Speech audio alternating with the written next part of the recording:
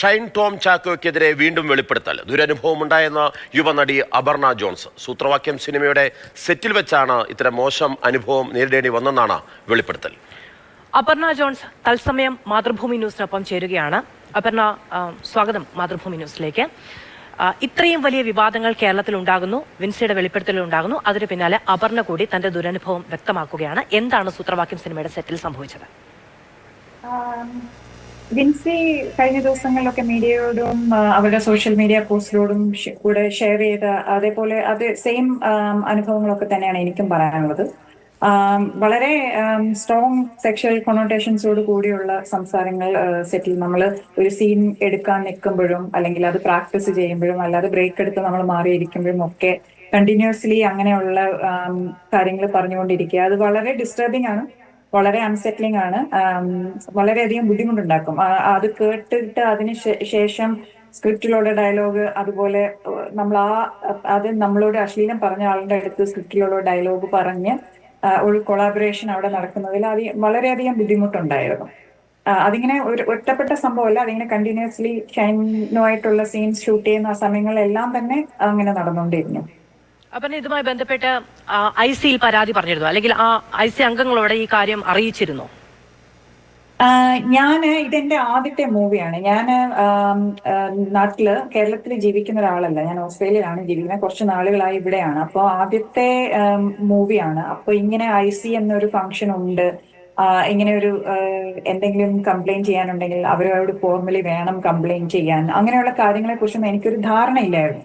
പക്ഷെ എനിക്കിങ്ങനെ ഒരു ഡിസ്കംഫോർട്ട് ഉണ്ടായപ്പോൾ തന്നെ എനിക്ക് അവിടെ വളരെയധികം സൗഹൃദം തോന്നിയിരുന്ന മറ്റൊരു സ്ത്രീ ആർട്ടിസ്റ്റ്, ഒരു ഫീമെയിൽ ആർട്ടിസ്റ്റ്, സൗജന്യ വർമ്മ, അഡ്വക്കേറ്റ് സൗജന്യ വർമ്മ.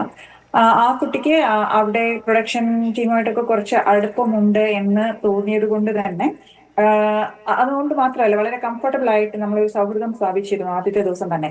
അതുകൊണ്ട് എനിക്കുണ്ടായ ഒരു ഡിസ്കംഫർട്ട് ഞാൻ അദ്ദേഹമായിട്ട് ഷെയർ ചെയ്യുകയും സൗജന്യ എനിക്ക് അവിടെ അതിനൊരു പരിഹാരം അപ്പൊ തന്നെ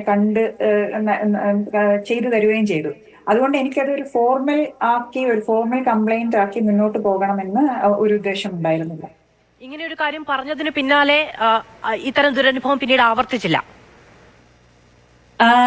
പിന്നീട് എന്നോട് ആവർത്തിക്കാനുള്ള സാഹചര്യമാണ് അവിടെ ഒഴിവാക്കപ്പെട്ടത്. അതായത് എനിക്ക് അതിന്റെ അടുത്ത ദിവസം ഒക്കെ ഷൂട്ട് ചെയ്യാനുണ്ടായിരുന്ന സ്കെഡ്യൂള് അവര് ബ്രേക്ക് ചെയ്ത്, അത് ഞാൻ അതിന്റെ തലേദിവസം തന്നെ ആ സ്കെഡ്യൂളുകളെല്ലാം റീഷഫിൾ ചെയ്ത് എന്റെ സീനുകളെല്ലാം തീർത്ത് എന്നെ അവിടുന്ന് വളരെയധികം കംഫർട്ടാക്കി, ഹാപ്പി ആക്കി, എന്റെ സീൻ തീർത്ത് എന്നെ സേഫ് ആക്കി അവിടുന്ന് യാത്ര അയക്കാനുണ്ടായ ഒരു സാഹചര്യമാണ് അവിടെ ഒരുക്കി തന്നത്. അപ്പം അതിനുശേഷം മറ്റുള്ളവരോട് അങ്ങനെ തന്നെ ആയിരുന്നു. പിന്നാലെ അപർണയുടെ സീൻ പെട്ടെന്ന് പൂർത്തിയാക്കി അപർണയ്ക്ക് ദുരനുഭവം ഉണ്ടാകാത്ത ഒരു സാഹചര്യം അവിടെ ഇന്റേണലി ഉണ്ടാക്കിയെടുക്കുകയാണ് ചെയ്തത്, അല്ലേ?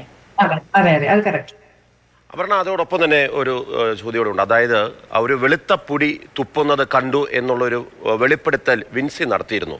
അപർണയും അത് ശ്രദ്ധിച്ചു എന്നാണ് ഞാൻ മനസ്സിലാക്കുന്നത്. അത്തരമൊരു രീതിയിൽ സെറ്റിൽ വെച്ച് ഇങ്ങനെ പരസ്യമായിട്ട് ഇത്തരം ലഹരി പദാർത്ഥങ്ങൾ ഉപയോഗിക്കുകയും അതിൻ്റെ ലഹരിയിൽ മോശമായി പെരുമാറുകയും ചെയ്യുന്ന ഒരു സാഹചര്യം ഉണ്ടായി എന്നുള്ള കാര്യം അപ്പോൾ മനസ്സിലാകുകയും അത് സംബന്ധിച്ചുള്ള എന്തെങ്കിലും പരാതികൾ പറയുകയും ചെയ്തിരുന്നോ? ആ ചോദ്യത്തിൽ ഒരു പ്രശ്നമുണ്ട്. അതായത് ലഹരി പദാർത്ഥമാണ് എന്ന് എനിക്ക് പറയാൻ പറ്റില്ല. വെള്ളപ്പൊടി എന്തുമാകാം, ഗ്ലൂക്കോസ് ആവാം. ഞാൻ കണ്ടിട്ടുള്ളതാണ്, ലോ പ്രഷറുള്ള ആളുകളൊക്കെ ഇങ്ങനെ ഷുഗർ പൗഡർ കയ്യിൽ കൊണ്ട് നടക്കാറുണ്ട്. അപ്പൊ അവർക്ക് പ്രഷർ ലോ ആവുമ്പോൾ അത് കഴിക്കുന്ന കണ്ടിട്ടുണ്ട്. അപ്പൊ ഞാൻ ഒരു ലഹരി ഉപയോഗിച്ചു എന്നുള്ളത് അങ്ങനെ പറയാൻ പറ്റില്ല, ലഹരി ഉപയോഗിച്ചത് കൊണ്ടാണോ എന്ന്. പിന്നെ ലഹരി ഉപയോഗിച്ച് ഒരാള് എങ്ങനെയാണ് പെരുമാറുന്നത് എന്നുള്ളൊരു റെഫറൻസ് എനിക്കില്ല. ഇദ്ദേഹത്തിന്റെ ഷൈൻ ടോം ചാക്കോയുടെ പെരുമാറ്റം വളരെയധികം അബ്നോർമൽ ആയിരുന്നു. ഒരു തീരെ കോമൺ സെൻസ് ഇല്ലാത്ത ഒരു വ്യക്തി പെരുമാറുന്ന പോലെയാണ് സംസാരിച്ചുകൊണ്ടും പെരുമാറിക്കൊണ്ടും ബോഡി ലാംഗ്വേജിലാണെങ്കിലും എല്ലാം അതുണ്ടായിരുന്നു. അത് വളരെ ദൃശ്യമായിരുന്നു. അതിപ്പോ ലഹരി മരുന്ന് ഉപയോഗിച്ചത് കൊണ്ടാണോ മറ്റെന്തെങ്കിലും രോഗാവസ്ഥയാണോ അതൊന്നും നമുക്കറിയില്ലല്ലോ. അപ്പൊ അതുകൊണ്ട് ലഹരി ഉപയോഗിച്ചുകൊണ്ടാണ് എന്ന് എനിക്ക് പറയാൻ പറ്റില്ല. അതേസമയം അങ്ങനെ ഒരു മോശമായ അനുഭവം ഉണ്ടായി എന്ന് മാത്രമേ എനിക്ക് കമന്റ് ചെയ്യാൻ പറ്റുള്ളൂ. സംസാരിക്കുന്നത് സാമാന്യ രീതിയിൽ നമുക്ക് അഡ്ജസ്റ്റ് ചെയ്യാൻ കഴിയാത്ത സ്ട്രോങ് സെക്ഷൽ കൊണോട്ടേഷൻ എന്നുള്ളത് തന്നെയാണ് അപർണ നേരത്തെ പറയുകയും ചെയ്തത്. അത് നിരന്തരം എന്ന വണ്ണം ആവർത്തിക്കുകയുമാണ്. അത് ശരിയാണ്, അങ്ങനെ തന്നെ ആയിരുന്നു. നേരിട്ട് ഇത് പാടില്ല എന്ന് പറയുകയുണ്ടായോ അപർണ? ഞാൻ അവിടെ ഒരു തീരുമാനം എടുത്തത് നേരത്തെ ഞാൻ സൂചിപ്പിച്ച ഒരു കാര്യം, അതായത് ഞാൻ അവിടെ ഒബ്സർവ് ചെയ്തത് തീരെ പേഴ്സണൽ ബൗണ്ടറീസ് റെസ്പെക്ട് ചെയ്യാത്ത, വളരെ അബ്നോർമൽ ആയിട്ട് സംസാരിക്കുകയും പെരുമാറിക്കൊണ്ടും ഇരിക്കുന്ന ഒരാളുടെ അടുത്ത് ലോജിക്കലായിട്ട് അല്ലെങ്കിൽ സെൻസിബിൾ ആയിട്ട് എങ്ങനെ ഇന്ററാക്ട് ചെയ്യണമെന്ന് എനിക്കറിയില്ല. അപ്പോ രണ്ടാമത്തെ കാര്യം, ഞാൻ അത് അങ്ങനെ ഒരു ഇന്ററാക്ഷൻ അവിടെ നടന്നു കഴിഞ്ഞു കഴിഞ്ഞാൽ ഇങ്ങനെയുള്ള ഒരു വ്യക്തി എങ്ങനെ റിയാക്ട് ചെയ്യുമെന്നോ, അത് എങ്ങനെ ആ സിനിമയായത് ഒരുപാട് പേരുടെ അധ്വാനമുള്ള ഒരു നല്ല സിനിമയാണ്, ഒരുപാട് പേരുടെ സ്വപ്നമാണ്. അപ്പൊ ആ സിനിമയെ എങ്ങനെ ബാധിക്കുമെന്നുള്ള ഒരു കൺസേൺ തീർച്ചയായിട്ടും എനിക്കുണ്ട്. അപ്പൊ എനിക്ക് നമ്മളൊക്കെ പറയുന്ന പോലെ അവിടെ സൈലൻസ്, ഷൈനുമായിട്ടുള്ള ഇന്ററാക്ഷനിൽ ഞാൻ സൈലൻസ് പാലിച്ചു. പക്ഷെ ഞാൻ മിണ്ടാതിരുന്നില്ല. എന്റെ ഡിസ്കംഫർട്ട് ഞാൻ അവിടെ, എനിക്ക് എന്തെങ്കിലും ഒരു സൊല്യൂഷൻ കിട്ടും എന്ന പ്രതീക്ഷയുണ്ടായിരുന്ന ഒരാളുടെ അടുത്ത് പറയുകയും അപ്പോൾ തന്നെ ഒരു ചോദ്യവും പറച്ചിലും ഒന്നും ഉണ്ടായില്ല. അപ്പോൾ തന്നെ അതിനുള്ള ഒരു സൊല്യൂഷൻ വേണ്ടിയിട്ടുള്ള ശ്രമം അവിടെ നടക്കുകയും എനിക്കൊരു പരിഹാരം കിട്ടുകയും ചെയ്തു. അതുകൊണ്ട് പിന്നെ അതൊരു പിന്നീട് ഒരു പരിവേഷത്തോടു കൂടി ഇത്തരം അശ്ലീല പ്രകടനം നടത്തുന്ന സമയത്ത്, ഈ കാര്യങ്ങളൊക്കെ പറയുന്ന സമയത്ത് സെറ്റിലുള്ളവരുടെ പൊതുവെയുള്ള പ്രതികരണം എങ്ങനെയാണ്?